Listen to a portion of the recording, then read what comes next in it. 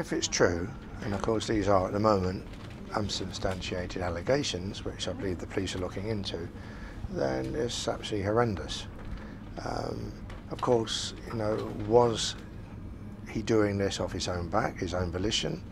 You know, who knew at News International what he was doing?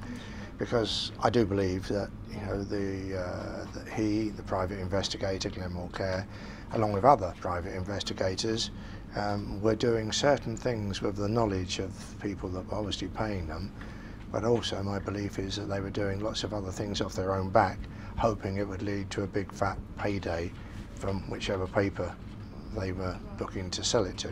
You don't know that she knew every detail of what Glenn Mulcair was up to.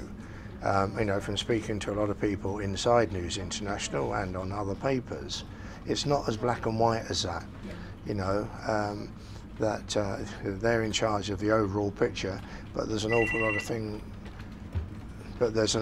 things that go on in a day-to-day basis that the editor doesn't know every detail of.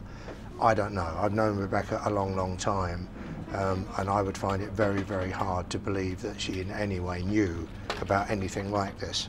If these allegations are proved to be true, it's going to be very damning for News International, very damning for the news of the world, and I think it's just pushed it to another level now, because all the stuff that's come out over the last year or two or three hasn't really affected the success or the sales of the news of the world. I believe as this proves to be true, then an awful lot of people are going to be very, very upset, disturbed, and probably will stop buying the news of the world, just as, you know, when the Sun did that whole thing about Hillsborough many years ago, it affected sales in that part of the world considerably for the Sun, and has ever since.